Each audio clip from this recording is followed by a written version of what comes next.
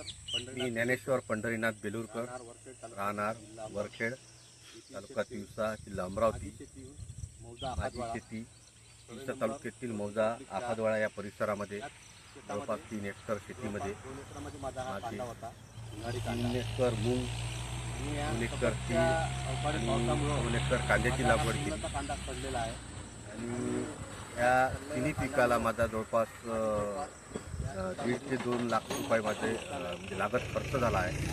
आणि मे महिन्यातील सततच्या ह्या अवकाळी पावसामुळं आणि काल दिनांक 19 मे 2025च्या रात्रीला जो अवकाळी पाऊस झाला, इतका पाऊस झाला की ह्या सततच्या अवकाळी पावसामुळं माझ्या ह्या तीनही पिकाचं मूग, तीळ आणि कांदा या तिन्ही पिकाचं माझं अतोनात नुकसान झालं आहे. जवळपास 5 ते 6 लाख रुपयाचं माझं या तिन्ही पिकाचं नुकसान झालं आहे.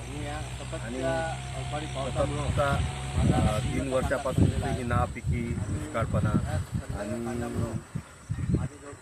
चुक्यावर होणारा कर्जाचा शासनाचा डोंगर हे सर्व पाहता आणि हा लागलेला शेवटी निघत नाही आहे. आणि आता यातून प्रपंच किंवा शेती कशी करावी, प्रपंच कसा सांभाळावा, या सर्व गोष्टी आता समोर म्हणजे कठीण निर्माण झाल्या आहे. म्हणून या सर्व नुकसानाची शासनाने पाहणी करून त्याचा योग्य पंचनामा करून शासनानं मदत करावी ही शासनाकडे अपेक्षा आहे. अवकाळी पावसामुळं माझा हा